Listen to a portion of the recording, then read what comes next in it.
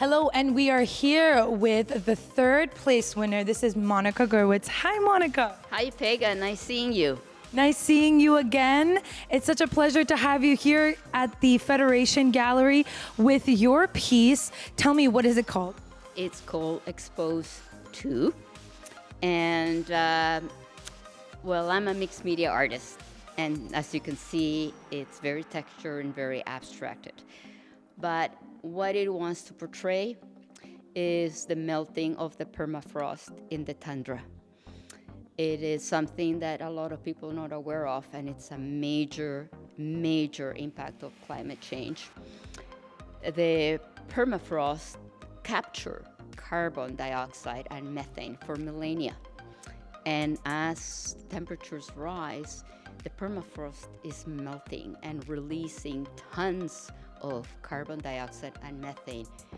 And that creates more green gases and higher temperatures. So that's what this painting tries to depict. It's one of the major effects of climate change. And also this painting is also the large footprint of humankind. I try to use upcycled materials, textiles, paper, a little bit of plastic. You know me, I love touching your paintings, but I mean, this time it's not, it's got a different depth to it because you're touching what, would be physical evidence of what's actually happening. Monica is not only a abstract artist, and she doesn't just use all these different materials, but she's got more of a depth to her paintings because she is also an environmental scientist.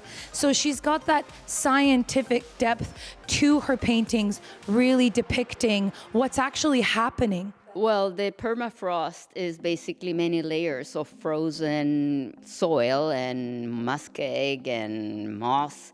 And with the pressure of the ice, it gets compressed. It stays frozen year-round. But as temperatures are increasing, they're melting, and it's changing completely the ecosystem, the flora, the fauna, and invasive species are moving in. So it's basically changing completely the whole ecological part of the tundra. So when you were asked to be a part of this exhibit, Monica, and you were asked for you to paint a piece that would really speak to the crisis of climate change, where did you really have to go in your mind? Was it one thing? Was it 10 things? What was it like for you? Where did your heart lead you to right away? And here's my concern. Here's the problematic issue that I want to bring up through my paint. So being a scientist, and actually I'm an ecology and an environmental planner, art was my second career.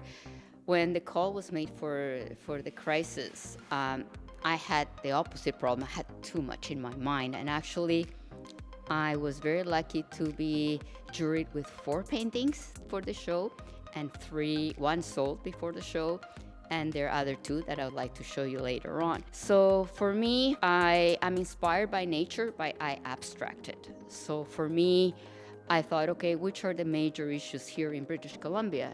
Number 1 is melting glaciers. Number 2 is wildfires, erasing waters. And in northern BC will be this one, the melting of the permafrost. For me, I looked at some of my photographs for my travels. I read some literature. I actually looked at some scientific data.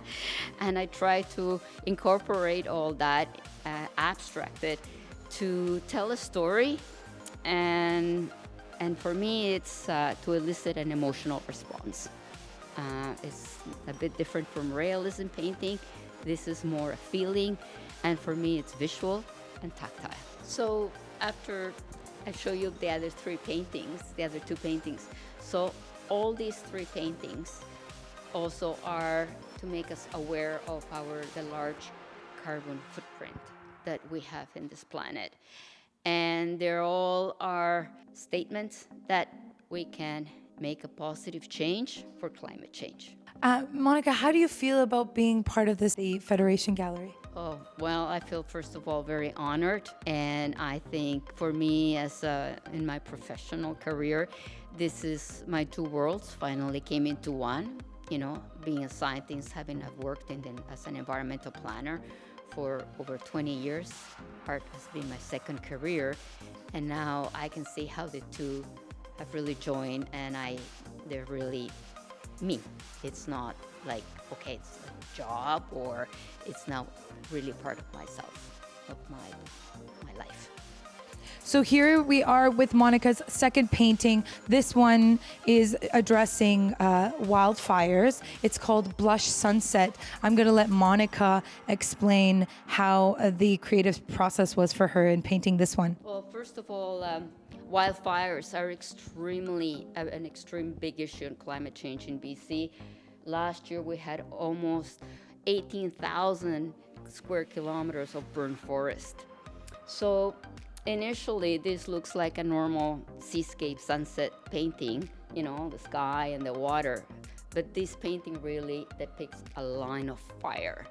And I tried to use very warm and flaming colors to depict a wildfire scene, but it's of course abstracted. So, like you were saying, with a landscape sunset type of painting like this, you know, at first you think landscape sunset, but there's definitely an alarming nature to this painting, where it just like, wait, this is about something more than just looking at a sunset.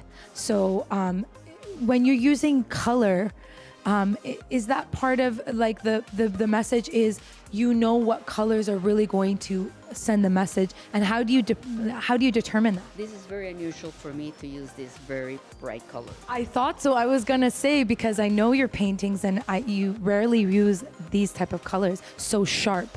So I knew that you were trying to evoke an emotion.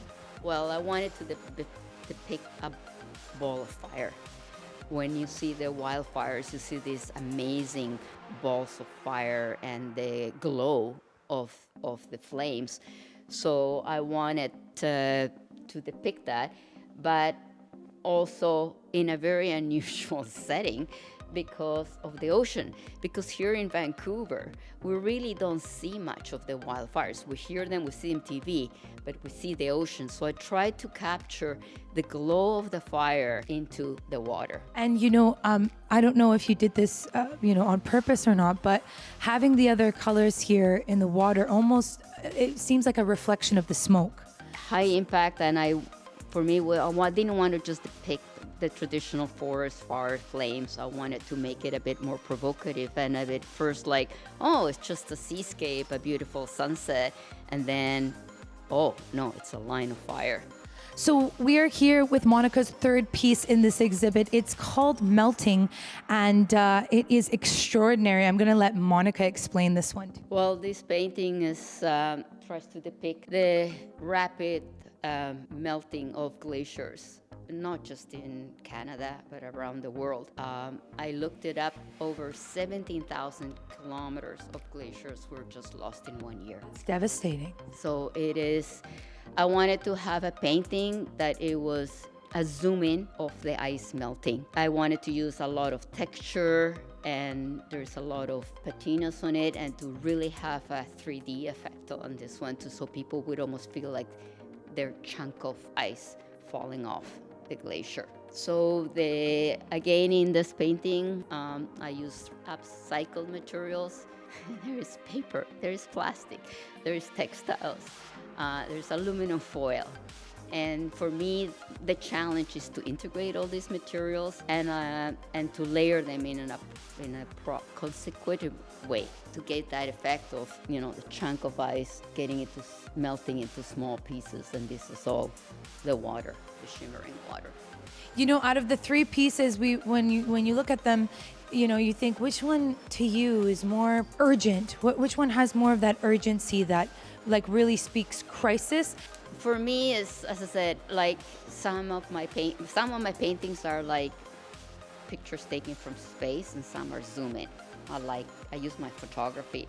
So I was looking at some photography, and I was, flipping through, and I saw this chunk of ice floating in the water. And I knew I could not just do this on a regular painting. So I just played. Basically, I play with materials until something cohesive comes out. I think this exhibit and you painters have all changed everybody's lives a little bit and allowed for everyone to open their mind, because art has that purpose, opening up those tough discussions, opening up those very politically charged and emotionally charged discussions, but you do it in such an eloquent way, and you do it in a very profound way and a meaningful way, where you are really getting across a message that otherwise would be too tough to talk about. So this allows for that to happen.